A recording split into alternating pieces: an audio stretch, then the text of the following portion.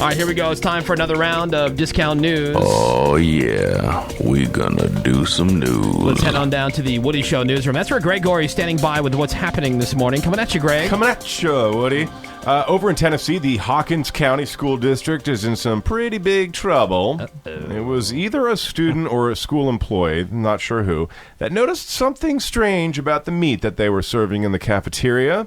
It smelled really bad, and the workers were told, here's what you do. Just pour some gravy over it to cover up the bad odor. Oh, no. And, But isn't that like, I thought that was just like protocol at all school cafeterias. You would think. They would take like old stuff and just kind of chop it up, put cheese on it, put it in a casserole dish and make it like a casserole. Some meat surprise or whatever. Right, exactly. And I'm not picky. I'll eat anything, but even I wouldn't eat what they discovered. So after looking more closely, somebody realized that the lunch meat was out of date a little bit, not by a few days. And it was pork, too. Yeah. Oh, no. Not by a few weeks, not by a few months. It was out of date by 6 years. What? The pork was dated 2009. No way. Guys, Way, Ravi, that happens. way. It happens. School What do you officials. mean it happens? That happens. does not happen. Yeah. School officials wouldn't say Don't how they? many students were served that meat, but they do say, we're going to put in some new ground rules on how to deal with the food inventory. You think?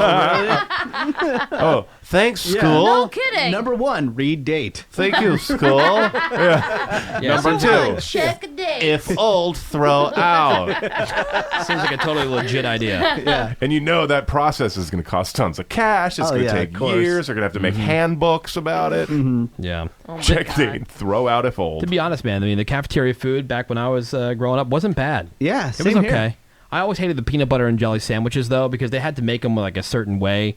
According to like the state regulations, there had to be a certain amount of protein in there compared to a certain amount of sugar, and so like the sandwich was like 90% peanut butter. There'd be like an inch of peanut butter, and then just like a dusting of jelly. Oh, Weak. It was the thinnest spread of jelly ever. You couldn't even taste the jelly almost. It was the driest peanut butter ever. Ugh. Oh, wow. Dude, my high school had Taco Bell on campus. It ruled. Oh, that's Yeah. cool.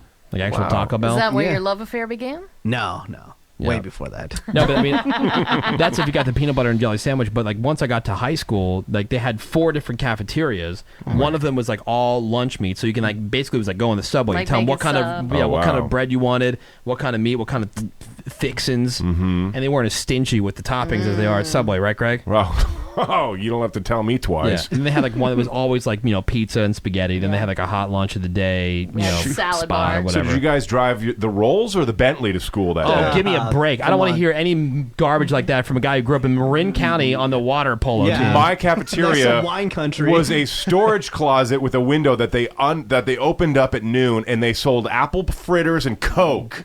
That was our Yeah, cafeteria. But, dude, we and didn't caviar. we didn't go to school in the 50s, man. Foie gras. Yeah. Oh, please. Guys, there were days that we didn't have Cornish game hens. Oh, my gosh. Caviar. I couldn't Sometimes- get my Peking duck pizza.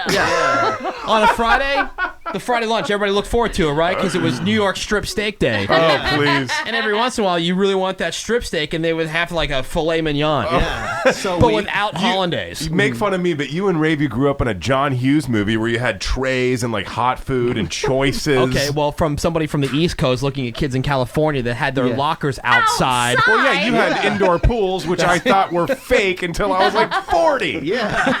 I'm like, indoor pools? Yeah, What is right. It had that? to be indoors because we had winter.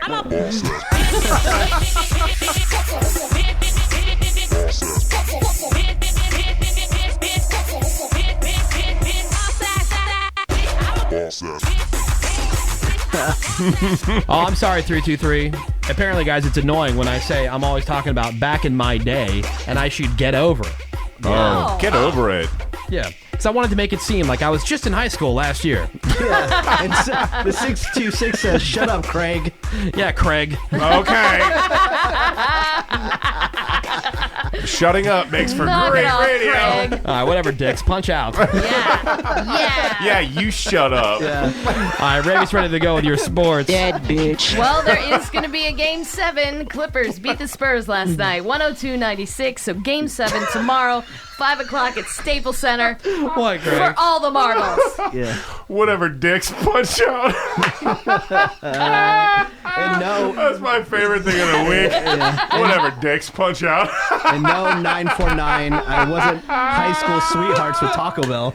That effing rules so hard. Is it this time? Oh boy. Oh boy. So the Ducks, they routed the Flames. Good customer service. Game 1 of their series, they won 6-1 last night in Anaheim. Game 2 is at the Honda Center on Sunday. I can't find the button I'm supposed to push. Hold on. There we go. There we go. It's Dodgers and Diamondbacks from Dodger Stadium this weekend. Game 1 is at 7:10. Catch all the action on AM 570 LA Sports. The Angels beat the A's yesterday afternoon, and then they didn't have to travel very far. They've got interleague play this weekend against the Giants. Game time at AT&T Park at 7:15. Craig, get it together, man.